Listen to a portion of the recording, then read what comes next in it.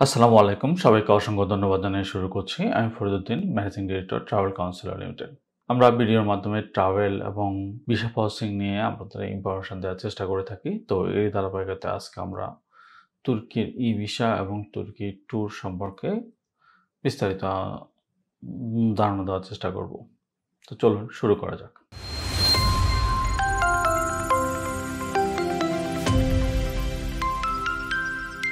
প্রথমত তুর্কির ই-ভিসাটি আমাদের জন্য কিভাবে করব বা তুর্কির ই-ভিসা নিয়ে ডিটেইলস একটা ভিডিও আমাদের চ্যানেলে আছে। আমরা আই বাটনে দিয়ে দেব। আপনারা ইচ্ছা করলে দেখতে পারবেন। এবং তুর্কির স্টিকার বিষয় সম্পর্কেও আমাদের একটা ভিডিও আছে। তো ডিটেইলস জানার জন্য দেখে আসতে পারেন। তো চলুন সংক্ষেপে আমরা তুর্কির ই-ভিসাটি কারা পাবে সেটা নিয়ে একটু ধারণা দিই। প্রথমত তুর্কির ই-ভিসাটি পাওয়ার জন্য আপনার পাসপোর্টে অবশ্যই ইউএসএ, ইউকে এবং সেনজেন অথবা আয়ারল্যান্ডের ভিসা থাকতে হবে। যদি এই বিষয়গুলো থাকে আপনি তুর্কির ই-ভিসাটি পেতে পারেন। আর তুর্কি ই-ভিসাটার জন্য যখন এপ্লাই করবেন আপনার জন্য একটা হোটেল বুকিং লাগবে এবং রিটার্ন এয়ার টিকেট লাগবে। আর এটার জন্য ফি নেওয়া হচ্ছে ৬০ ইউএসডি এবং সার্ভিস চার্জ হিসাবে 1.5 ইউএসডি।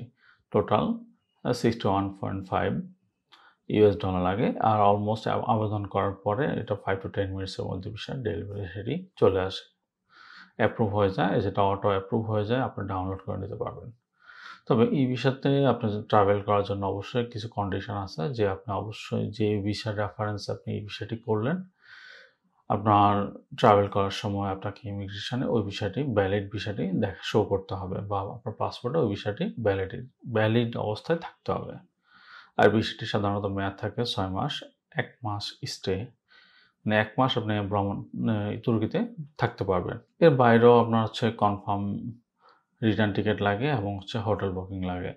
এর পাশাপাশি আপনি যে কদিনের আইটিনারি দেখাবেন বা আপনি যে কদিন ওখানে স্টে করবেন, ওই কদিনে মিনিমাম $50 পার ডে, মিনিমাম $50 হারে আপনার কাছে ক্যাশ বা আপনার কার্ডে এই টাকাটি স্পেন্ড করার মতো আপনার অ্যাবিলিটি থাকতে হবে।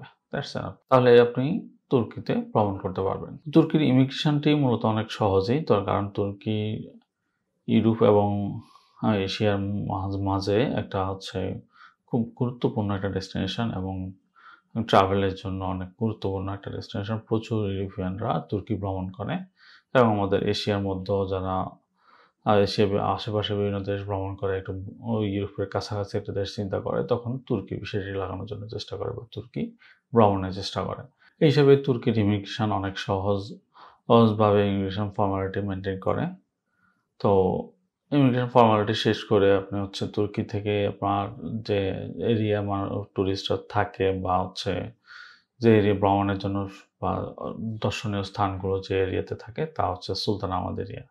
তো ওখান থেকে যাওয়ার জন্য, এয়ারপোর্ট থেকে যাওয়ার জন্য আপনি বাস বা যদি কয়েকজন থাকে তাহলে আপনার ট্যাক্সিও নিয়ে নিতে পারেন। তুলনামূলক বেশিরভাগই টুরিস্ট আপনার বাসটাকে বেশি প্রেফার করে। এটা বাসে জার্নির জন্য আপনার ওখানে আপনার এয়ারপোর্ট থেকে বের হওয়ার পরে আপনি কাউন্টার পাবেন, বাসের কাউন্টার, যেটা অলমোস্ট আধা ঘন্টা পর বাস থাকে, অ্যাভেলেবেল বাস থাকে। কয়েকটা কোম্পানি আছে, আপনি যে কোনো একটা কোম্পানির বাস নিয়ে যেতে পারবেন। এই মুহূর্তে বাসের ফেয়ার আপনার ১৭০ লিরা বা তুর্কিশ লিরা বলে, তুর্কির মুদ্রাকে তুর্কিশ লিরা বলে। এটা বাংলাদেশি টাকা অলমোস্ট ৪ টাকার মতোই। তো এটা দিয়ে আপনার ১৭০ লিরা, এটা দিয়ে আপনি বাসের টিকিট পেয়ে যাবেন। বাসের টিকিটটা অনেকটা এরকম হয়ে থাকে। জাস্ট কিউআর কোড দিয়ে আপনি বাসের কোম্পানির লাইন থেকে ওখানে ওয়েট করলে অ্যাজ ইউজুয়াল আপনি বাসে করতে পারেন। তবে তুর্কির আরেকটা বিষয় বাসে কোনো সিট অ্যাসাইন করা থাকে না। আপনি যখন যেই সিটে খালি থাকে ওই সিটে বসতে পারবেন এবং বসলে আপনার ওই সিটেই চলে যেতে পারবেন। আর সবচেয়ে লাস্ট স্টপেজটা সুলতান আহমেদ এরিয়া। এখানে আপনি নেমে যেতে পারবেন। সুলতান আহমেদ এরিয়াতে আপনার নামার পরে এখান থেকে আপনি যদি আপনার আশেপাশে হোটেলগুলো করেন, মেনলি হাগিয়া সোফিয়া এবং ব্লু মস্ক এই এরিয়াতে হোটেল যদি নেন, এখানে হোটেলের এক্সপেন্সটা অনেক বেশি হয়ে থাকে এবং যদি এর বাইরে আপনি এখানে না নিয়ে সুলতান আহমেদ এরিয়ার আশেপাশে যদি আপনার এই হোটেল নেন তাহলে আপনার কিন্তু হোটেল এক্সপেন্সটা অনেক কম হবে। বা এখান থেকে আপনি ট্রাম স্টেশন সুলতান আহমেদ এরিয়ার পাশেই আপনি ট্রাম স্টেশন পাবেন। ট্রামে করে আপনার হাগিয়া সোফিয়া এই এরিয়াতে আসতে পারবেন। তো যেখানেই থাকেন বা এই আশেপাশে থাকলে আপনার হচ্ছে হোটেল এক্সপেন্সটা অনেক কম হবে। তুর্কিতে চলাফেরার জন্য আপনাকে একটা কার্ড অবশ্যই নিতে হবে। কারণ হচ্ছে তুর্কিতে চলতে গেলে আপনাকে ট্রাম অথবা মেট্রো ইউজ করতে হবে। কারণ সব জায়গাতে মানে টুরিস্ট এরিয়াগুলো খুব কাছাকাছি হয়ে থাকে। আপনার হয়তো হেঁটে যাওয়াটা অনেক কষ্টকর হয়ে যাবে। আপনি বেশি ট্রাম পেয়ে যাবেন। এভেইলেবল প্রত্যেকটা এলাকাতেই ট্রাম আছে। তো ট্রাম এবং মেট্রোগুলো ইউজ করার জন্য আপনি একটা কার্ড নিতে পারেন। কার্ডটা অনেকটা দেখতে এরকম। ঠিক আছে? এটার অপোজিটে ইস্তাম্বুল মেনশন করা আছে। এই কার্ডটি আপনার প্রত্যেকটা মেট্রো স্টেশনে পাবেন এবং ট্রাম স্টেশনগুলো থেকে আপনি রিসার্চ করতে পারবেন বা মেট্রো স্টেশনগুলোতে রিসার্চ করতে পারবেন। তবে মেট্রো স্টেশন থেকে আপনি এটা কিনলে খুব অল্প টাকায় কিনতে পারবেন। কিন্তু ট্রাম স্টেশন থেকে আপনি যদি কারো ওখানেও আমাদের দেশের মতোই ব্রোকার থাকে, তারা অনেকগুলো কার্ড নিয়ে আসে, এখান থেকে বিক্রি করে।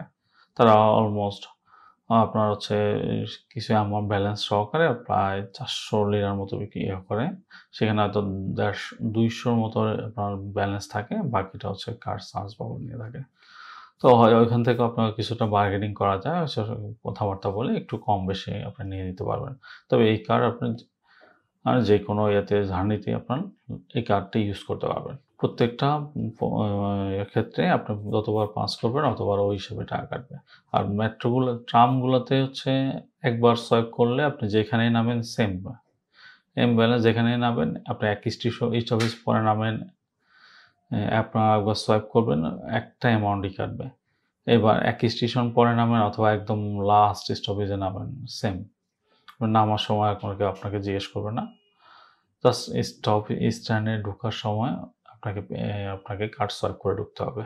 That's enough. তুর্কিতে মেইন আকর্ষণ হচ্ছে হাগিয়া সোফিয়া। হাগিয়া সোফিয়া একটা গুরুত্বপূর্ণ একটা স্থাপনা। এটা আগে আপনার খ্রিস্টান ধর্মাবলম্বীদের জন্য একটা গির্জা হিসাবে প্রতিপালিত হতো। পরবর্তীতে মুসলিম শাসকরা এসে এটাকে মসজিদ হিসাবে রূপান্তর করছে। এটার একটা অংশ এখনো দর্শকদের জন্য টুরিস্টের জন্য উন্মুক্ত থাকে এবং সব ধর্মের সবাই এটাকে ভিজিট করতে পারে। ইভেন এখনও মসজিদ হিসাবে ওটাকে ইউজ করা হয়। যদিও মসজিদ অন্যান্য দেশে বা এভাবে মসজিদে টুরিস্ট এভাবে দেখা যায় না, কিন্তু হাগিয়া সোফিয়াতে টুরিস্টরা মসজিদের যেখানে নামাজ পড়ে খুব কাছাকাছি পর্যন্ত যেতে পারে। ইভেন ভিতরের আকর্ষণটি দৃষ্টিনন্দন। আমরা কিছু ভিডিওতে আপনাকে দেখিয়ে দিচ্ছি, চলুন একটু দেখে আসি।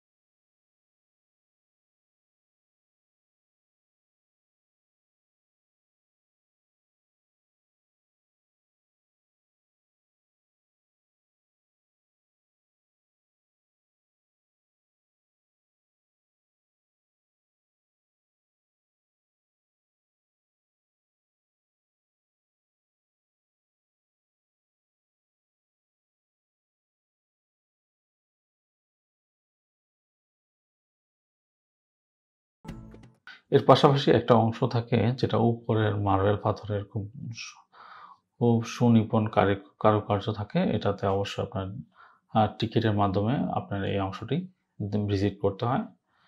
তো এর পাশাপাশি হাইয়া সোফিয়ার পাশাপাশি আরেকটা যে আকর্ষণ সেটা হচ্ছে ব্লু মস্ক। তো তুর্কি বা ইস্তাম্বুলের একটা প্রত্যেকটা মসজিদই অনেকটা দেখতে বাইরে থেকে সেম মনে হয়। হয়তো কালার এবং কালারটা ডিফারেন্ট হতে পারে বাইরের সাইডে, কিন্তু ভিতরের মানে ওভারঅল স্ট্রাকচারটা প্রায় দেখতে অনেকটা সেম, শুধু কালারগুলো ডিফারেন্ট। তো চলুন আমরা ব্লু মস্কের একটা অংশ ভিতরে থেকে দেখে আসি। ব্লু মস্কও আপনার মসজিদ হিসেবে ইউজ করা হয়। তো আমার এই জার্নিতে শুক্রবার ছিল, তো ব্লু মস্কে শুক্রবারে জুমার নামাজ পড়ার সৌভাগ্য হয়েছিল। প্রচুর মানুষ ওখানে নামাজ পড়ে। তো চলুন আমরা ব্লু মস্কটাও দেখে আসি।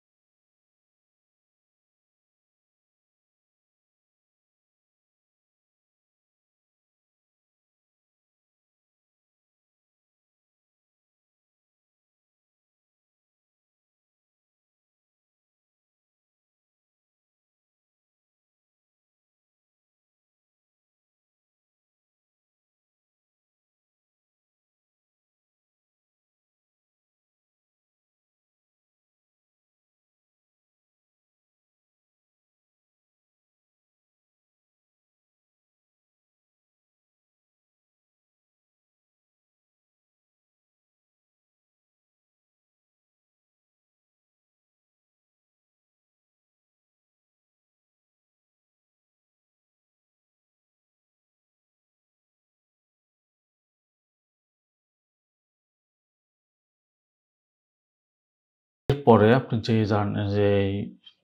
জায়গাটি আপনি ভিজিট করতে পারেন সেটা হচ্ছে বসফরাস বোট রাইড। এটা তুর্কির একটা বড় আকর্ষণ। বোট রাইডটি আপনি অবশ্যই এনজয় করবেন। বোট রাইডে তবে এই বোট রাইড বিভিন্ন কোম্পানির বোট রাইড থাকে। আপনার অবশ্যই এখানে দেখলাম যে মানে অনেকটা বার্গেনিং করার অপশন আছে। তারা আপনাকে তুর্কিশ লিরা যে এটা করবে ওখান থেকে আপনি কথাবার্তা বলে কিছু কমও নিতে পারবেন। এটা অবশ্য খাবার হোটেলের ক্ষেত্রেও আছে। আপনি খাবার হোটেলগুলোতে দেখবেন যে বিভিন্ন ডিসকাউন্ট চাইলে ওরা একটা ডিসকাউন্ট করে দেয়।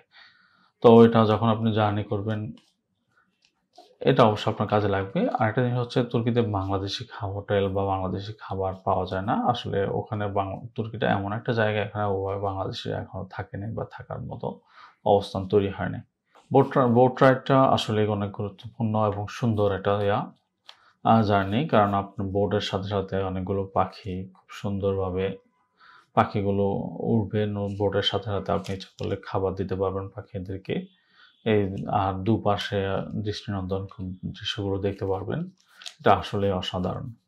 চলুন আমরা বোটের কিছু দৃশ্য বা কিছু এরিয়া দেখে আসি।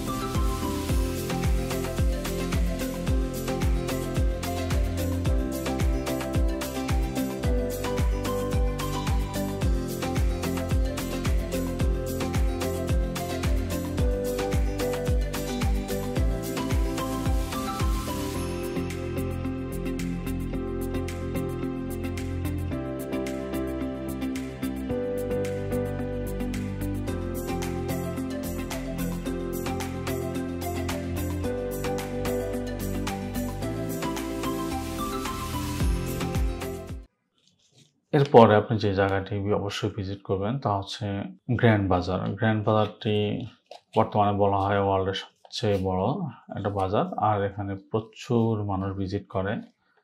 কারণ প্রচুর আমরা আগে বলেছি ইউরোপিয়ান প্রচুর মানুষ এখানে তুর্কি ভিজিট করে। তো এর পাশাপাশি হচ্ছে গ্র্যান্ড বাজারে ডিফারেন্ট ধরনের তুর্কির আর্কিটেকচার বা তুর্কির স্টাইলে যে নিদর্শনগুলো এগুলো বা সুভিনিয়ারগুলো পাওয়া যায়। এটা আসলে দেখতেই অসাধারণ। তবে দামও কম না, কোনো অংশেই কম না। এছাড়াও আপনার হচ্ছে বিভিন্ন রকম আইটেম পাওয়া যায়। আপনার হচ্ছে ইভেন তুর্কির বিভিন্ন রকম খাবার আইটেম, বিভিন্ন যে কোনো ভ্যারাইটিস রকমের একটা পাওয়া যায়। আর এটা এত বড় আপনার হচ্ছে যদি পুরো দিনও হাঁটেন আর আশা করি শেষ করতে পারবেন না। বিশাল অনেক বড় মার্কেট, ইভেন অনেক গলি, সবটাই দেখতে অনেকটা সেম। আমরা আপনাদের কিছু দৃশ্য দেখিয়ে আনছি।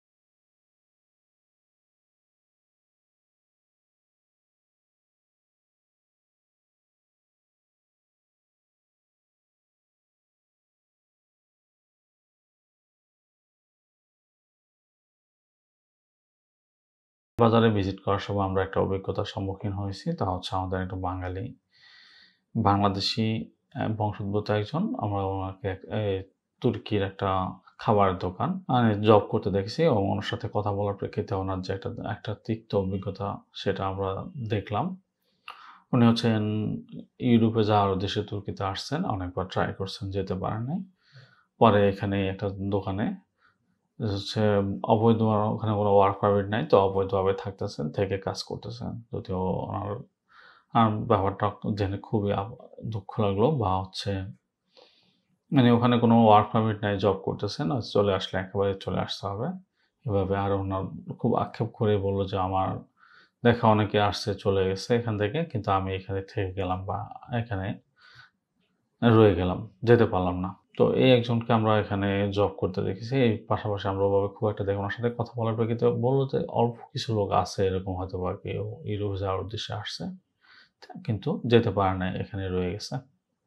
তো আমরা এটাকে কখনোই ফেভার করি না। বাইরেটা আমরা বলতেছি যে আমরা আশা করি আপনারা বাইরে ভ্রমণ করবেন সঠিক নিয়মে, সঠিকভাবে ভ্রমণ করবেন। গ্র্যান্ড বাজারটা আসলে অনেক অসাধারণ, ঘুরে দেখতে পারেন, অথবা অবশ্যই কিছু কেনা থাকলেও কিনতে পারবেন।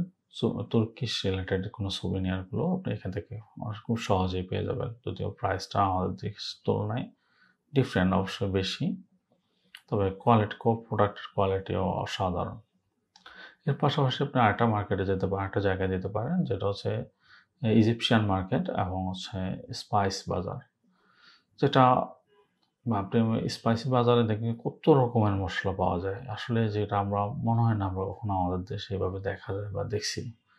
ভ্যারাইটিস ধরনের মসলা। তবে এই স্পাইসি বাজারটাতে প্রচুর ভিড় থাকে। এত মানুষ ওখানে ভিজিট করে। আপনি বিকালের দিকে ওখানে ঢুকতে গেলে অনেক কষ্ট হয়ে যায়। হয়তোবা সকাল টাইমে হয়তোবা কম হতে পারে। তো আমরা স্পাইসি বাজারে বিকালে গেলাম। ওখানে হচ্ছে অনেক ভিড়। চলাফেরাটা খুবই টাফ। যেটা হচ্ছে আমাদের দেশের মার্কেটগুলোতে যেমন আমরা এই যে গাউসিয়ান নিউ মার্কেটে যখন শুক্রবার অফ ডে গুলোতে ঢুকলে কেমন বের ঠিক অনেকটা এরকমই। প্রচুর মানুষ ভিজিট করে, তবে ডিফারেন্ট বেশিরভাগই টুরিস্ট নির্ভর কান্ট্রি যেহেতু। আর আরেকটা জিনিস তুর্কিতে আরেকটা জিনিস হচ্ছে ডলারটা আপনি এভেইলেবল, আপনি এক্সচেঞ্জ করতে পারবেন। ইভেন হোটেলের রেন্ট, ইভেন বিভিন্ন দোকানের প্রোডাক্টের প্রাইসও ডলারে মেনশন করা থাকে। আপনি হচ্ছেন ডলারে পে করলে বাকি মনে করেন আপনার যদি হচ্ছে আপনি $50 একটা প্রোডাক্ট কিনলে $100 দিলে আপনি ডলার এক্সচেঞ্জ পাবেন। তো তাহলে তারা টুরিস্টের জন্য ওভাবে সেট আপ করে রাখছে। হোটেলের ভাড়া আপনাকে ডলারে বলবে, ইভেন ক্যাশ ডলারে আপনি পে করতে পারবেন। বেশিরভাগ ক্যাশ ডলারে পে করা হয়, ব্যাংক কার্ডও অ্যাকসেপ্ট করে। তো বেশিরভাগই তারা ক্যাশটাকে বেশি প্রেফার করে। তো আশা করি আমরা তুর্কি নিয়ে ছোট্ট একটা আপনাদেরকে খুব মোটামুটি আপনার জার্নিতে একটু সহযোগিতা হবে বা হেল্প হতে পারে। তো দেখা হবে অন্য কোনো ভিডিওতে, অন্য কোনো টপিকসে।